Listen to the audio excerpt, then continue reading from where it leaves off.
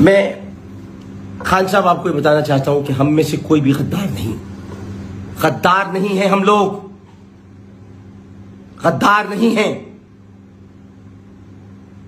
आपने अरकान कौमी असेंबली को गद्दार करार दे दिया है।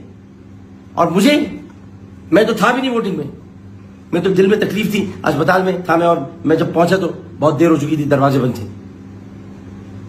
मैंने तो वोट दिया ही नहीं और आपने मुझे गद्दार करार दे दिया। अब दूंगा।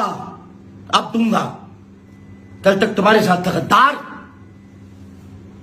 अब उनके साथ होंगे जो गद्दार नहीं है।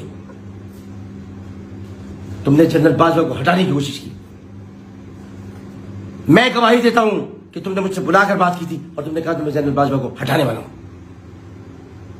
बहुत बड़ी बात कह रहा हूं मैं, और भी बहुत कुछ जानता हूं। अगर बता दिया तो क़यामत आ जाएगी। चुप बैठा हूं, चुप।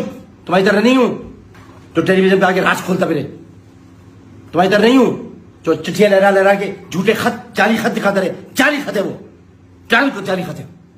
लिखाया गया वो खत असद साहब से और शाह महमूद कुरैशी को शामिल। चुप हूं तो चुप रहने दो, चुप रहने दो, चुप। और तुम भी चुप। तुमने फौज में बगावत कराने की कोशिश की।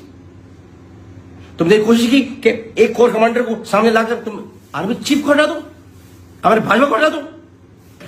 हटा के देखो, तुम्हारा पाप नहीं हटा सकता। तुम्हारा पाप भी हटा नहीं सकता। हटाओ, कर लो कोशिश। और जो डेंटिस्ट बैठा है ना, डेंटिस्ट ऐवान सदर में डेंटिस्ट, उसको बोलो जरा यही करना छोड़ दे और उल्टे सीधे अहकाम जारी करना छोड़ दे।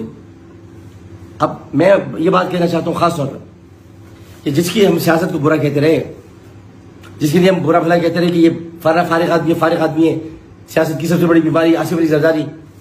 ये आसिफ अली जरदारी नहीं, ये आसिफ अली बेदारी बन के सामने आया। अब ये मत कह देना मैं उसके साथ मिला हूं। खुदा हाफिज़।